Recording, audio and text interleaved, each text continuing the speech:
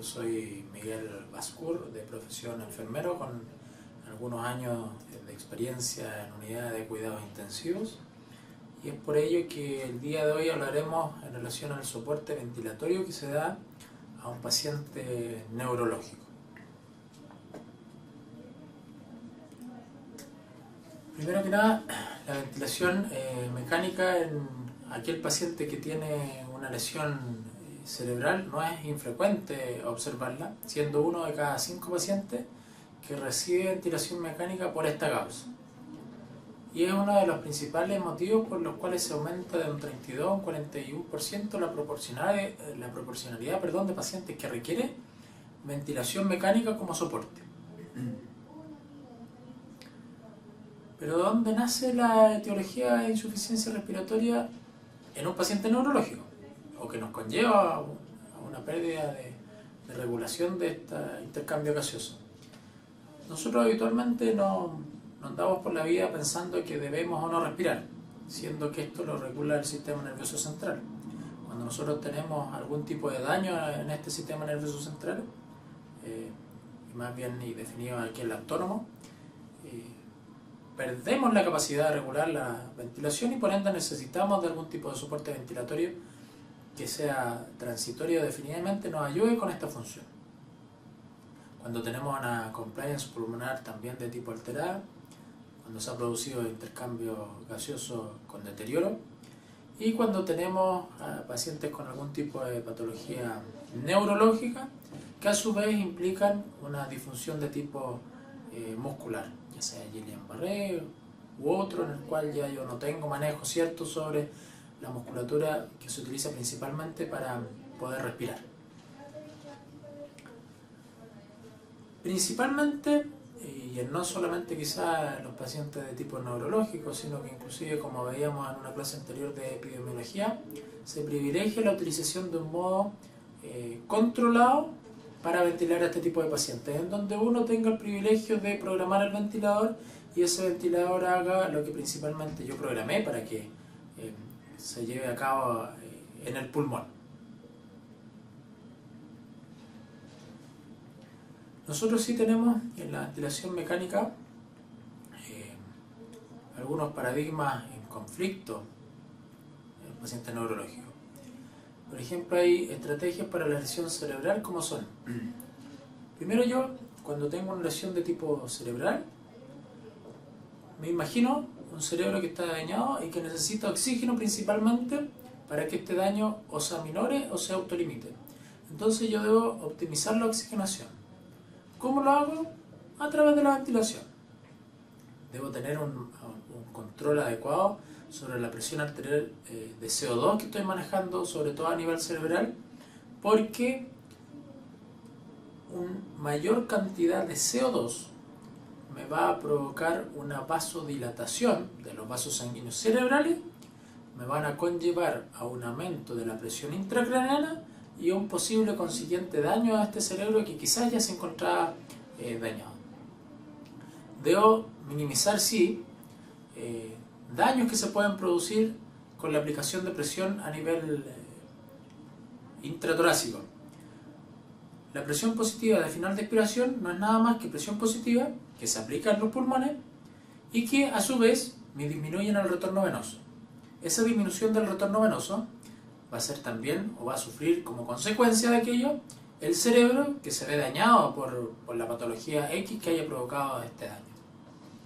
Entonces debo tener principalmente en un paciente ventilado manejo con determinados caracteres, como ya dijimos. La PIP que voy a aplicar, la oxigenación que voy a aplicar y la cantidad de CO2 que va a haber sistémico en un paciente ventilado con patología neurológica. Debo entonces implementar además estrategias de protección contra BILI. Cuando uno habla de BILI no es nada más que, en su sigla en inglés quizá, injuria pulmonar inducida por ventilación. ¿Ya? O sea, yo tengo un paciente ventilado y todo el daño que yo le pueda provocar por haberlo ventilado, vamos a referirnos como término BILI. ¿Ya? Injuria pulmonar inducida por ventilación. ¿Y qué es lo que evitamos en este tipo de ventilación? En este tipo de pacientes evitamos una sobredistensión. Si yo incorporo gran cantidad de volumen, mayor a lo convencional, puedo ocasionar un volutrauma, o más bien dicho, y otra de las cosas en las cuales debo tener hincapié en la utilización o en el manejo es en evitar el colapso clínico a través del atelectrauma. La ventilación mecánica en pacientes neurológicos tiene como objetivo cumplir entonces, o los objetivos a cumplir por la ventilación mecánica de los pacientes con lesiones neurológicas son mejorar la oxigenación, mantener una normocapnia o muchas veces una hipocapnia moderada. Porque como comentábamos anteriormente, una hipercapnia me provoca vasodilatación, consecuentemente aumento de la presión intracraneana y consecuentemente un mayor daño. Una hipocapnia moderada me puede llevar a una vasoconstricción, consiguientemente va a ser una disminución de la presión intracraneana, menor presión, menor daño. Y otro de los objetivos es minimizar la presión intratorácica para no tener un déficit mayor en el retorno venoso que le va a llegar al cerebro. El volumen respiratorio que debemos aplicar y la PIC o presión intracraneana. Como comentábamos entonces, el CO2 va proporcionalmente a la PIC o a la presión intracraneana. Nosotros cuando sufrimos un daño neurológico como adultos, tenemos una gran bóveda craneana que protege este encéfalo. No tiene cómo dilatarse esta bóveda craneana. Pero el cerebro, al sufrir algún tipo de lesión, sí se puede matizar como cualquier otro órgano o cualquier otro lugar del cuerpo que sufre algún daño o alguna lesión. ¿Qué es la diferencia? Que el cerebro o este encéfalo al sufrir algún daño no tiene para dónde escapar en el caso de dematizarse. O tiene un lugar anatómico tope que es esta bóveda craneana que yo les comento. Cuando este encéfalo se dematiza al chocar con la bóveda craneana, lo que se produce es aumento de presiones intracraneanas. El CO2 entonces es un fuerte vasodilatador cerebral. ¿Qué quiere decir esto? Yo aumento el CO2, se vasodilata el vaso sanguíneo y por ende aumenta la cantidad de presión intracraneana. Muy por el contrario, disminuye el CO2, se produce vasoconstricción, disminuye la presión intracraneana. También hay un 2% de incremento en el flujo sanguíneo cerebral en relación a la cantidad o por cada milímetro de CO2 que existe en mi organismo. Es decir, el CO2 presente en mi sistema va a permitir un mayor o menor flujo sanguíneo cerebral. Se utiliza entonces la hiperventilación para control de emergencia de una hipertensión intracraneana. Sí, pero esta debiese ser remitida a un corto plazo o tiempo. ¿Por qué? Si yo tengo aumento de la PIC o aumento de la presión intracraneana y como metodología en un paciente ventilado lo hiperventilo, barre CO2, como ya comentábamos, menor cantidad de CO2, se produce vasoconstricción, voy a ver reflejado yo en un paciente quizás que está monitorizado con un dispositivo especial para medir esta presión intracerebral, una disminución de la presión intracraneana. Pero a largo plazo, esta vasoconstricción que me produjo esta hiperventilación por barrido de CO2, lo que me va a provocar es que haya una hipoperfusión de oxígeno hacia esos lugares del cerebro. Es decir, puedo ocuparla como maniobra de emergencia en una hipertensión intracraneana, sí, pero en un corto plazo, no de manera permanente en el tiempo. Yo no debo tener a un paciente que presenta una PIC elevada con un CO2 bajo lo normal para que me produzca una vasoconstricción, porque eso a posterior me va a producir una hipoperfusión de esa zona del cerebro. La ventilación habitual entonces en un paciente que sufre un daño cerebral es llevar a la normocapnia, es decir, ni que esté por sobre parámetros normales ni por bajo parámetros normales. Como podemos ver en es tendencia a mayor presión intracraneana, menor el volumen que va a llegar hacia nuestro cerebro. Entonces podemos producir nosotros un daño cerebral en un paciente que tiene ventilación mecánica? Sí. Si nosotros hiperventilamos a alguien, barremos mayor cantidad de CO2, si esto no es de manera autolimitada, producimos una mayor, primera instancia, hipoperfusión, secundariamente una isquemia en un lugar donde no había. Por eso es que debemos tener bastante cuidado con esta hipocapnia, que me puede ayudar momentáneamente a disminuir la presión intracraneana, pero que no la puedo mantener de manera permanente. Acá tenemos un esquema donde mostramos volumen minuto respiratorio y la presión intracraneana. El rango de CO2 que nosotros tenemos para mantener un rango de presión intracraneana adecuada la podemos ver en la presente diapositiva, donde por un lado tenemos el rango de CO2 y por el otro lado clasificamos este CO2 según sea normocapnia o no. Entonces acá, por ejemplo, ¿qué nos muestra también este volumen minuto ventilatorio o respiratorio? Recordemos que el volumen minuto no era nada más que las veces que nosotros respiramos en un minuto, o sea, frecuencia respiratoria, por la cantidad de volumen que introducimos en cada ventilación, es decir, el volumen corriente. O sea, el volumen corriente por frecuencia respiratoria es el volumen minuto. A mayor volumen minuto, mayor barrido de CO2. Entonces aquí nosotros podemos ver que entre mayor volumen minuto nosotros tenemos, menor es la PIC. ¿Se puede esto mantener en el tiempo? Como comentábamos anteriormente, el ideal es que no. Porque si nosotros lo tenemos de manera permanente, en el cual tenemos una vasoconstricción que provoca esta hipoperfusión a nivel cerebral, me puede producir una isquemia en una zona donde no la había. La respiración espontánea en un paciente que tiene algún daño neurológico, en una primera instancia se trata de autolimitar, inclusive manteniendo un hipometabolismo cerebral. Es decir, nosotros lo que queremos en este minuto es un cerebro en reposo, en el cual nosotros gobernemos la cantidad de oxígeno que le llega a ese cerebro, y el paciente en ese minuto, con esta severidad en el daño, tenga poca y nada interacción aún con el ventilador. Es decir, vamos a requerir sedoanalgesia y además pudiésemos agregar bloqueo neuromuscular. ¿Para qué? Para que el paciente no intervenga con la ventilación y así permitir que este cerebro repose por este minuto agudo en que está sufriendo el daño. ¿Qué obtendremos con esto? Un control estricto entonces de la CO2 que yo estoy manejando.